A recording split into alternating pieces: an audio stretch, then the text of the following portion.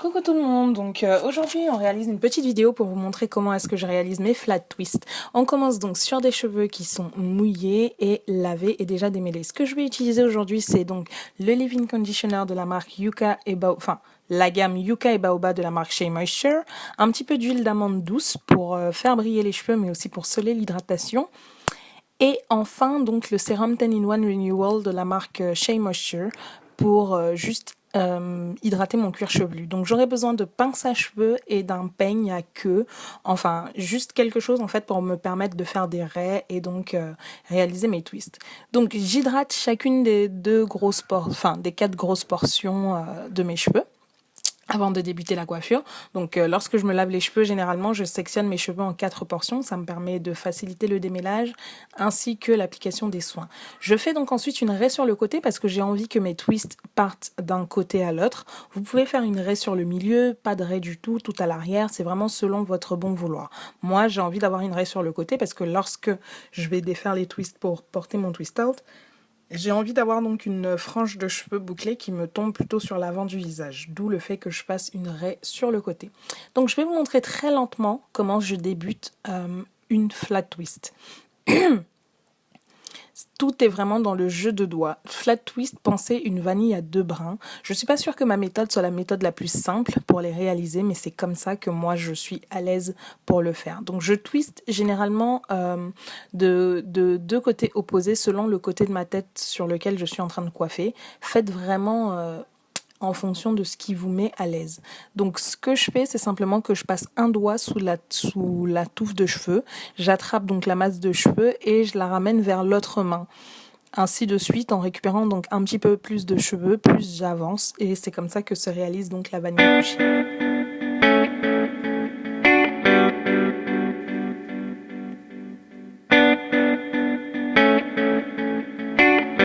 Donc un brin de cheveux après l'autre, vraiment histoire de réaliser donc une vanille couchée le plus près possible du crâne. Vous n'avez pas besoin de tirer sur vos cheveux pour serrer, il suffit juste de garder les doigts le plus près possible du crâne et ainsi vous réalisez vos vanilles. Donc je vais accélérer le tout histoire de pas trop traîner. Voilà, je termine donc le tout par des vanilles lâchées et je réalise exactement la même chose sur le reste du crâne.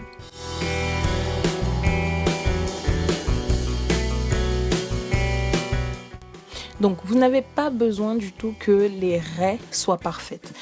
Essayez juste de faire en sorte que la grosseur de vos twists soit égale. C'est-à-dire que si vous décidez de réaliser 4 grosses twists, vous aurez des boucles beaucoup plus grosses. Faites en sorte que les 4 twists aient à peu près la même taille. Si vous décidez comme moi d'en réaliser 8, faites en sorte que les 8 aient à peu près la même taille.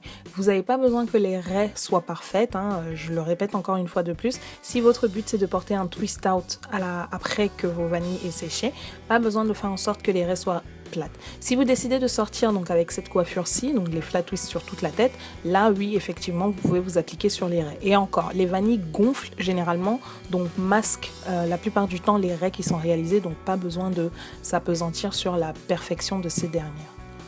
Donc je vais vous remontrer de l'autre côté aussi comment je me twiste les cheveux quand je suis de l'autre côté. Et comme vous pouvez le voir, je twiste donc dans le sens opposé à quand j'étais sur le côté droit de ma tête. Donc c'est vraiment pour vous dire que lorsqu'il s'agit de coiffure, il faut faire comme on est à l'aise. Ne faites pas forcément comme qui que ce soit vous montre parce que la personne et vous n'êtes pas à l'aise de la même façon. Donc un brin de cheveux après l'autre. On rajoute et on repasse le brin, ainsi de suite.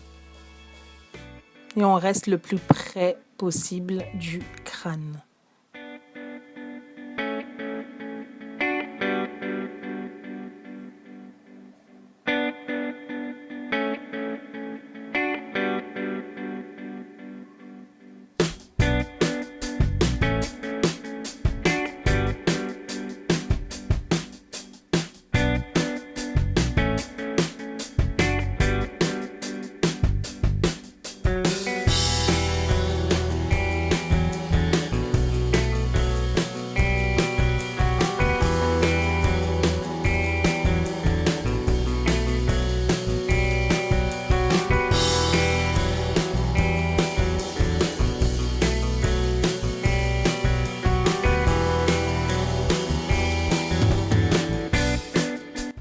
Alors, pour les flat twists, si vous décidez de porter ensuite un twist out, comme je le disais plus tôt, tout dépend de la boucle que vous souhaitez obtenir. Donc, si vous voulez des boucles plutôt resserrées, faites 8 vanilles comme moi ici. Si vous voulez des boucles plutôt lâches, réalisez des plus grosses vanilles. Donc, 4 ou 5 ou 6, enfin vraiment selon la longueur de vos cheveux et surtout l'effet que vous souhaitez à la fin.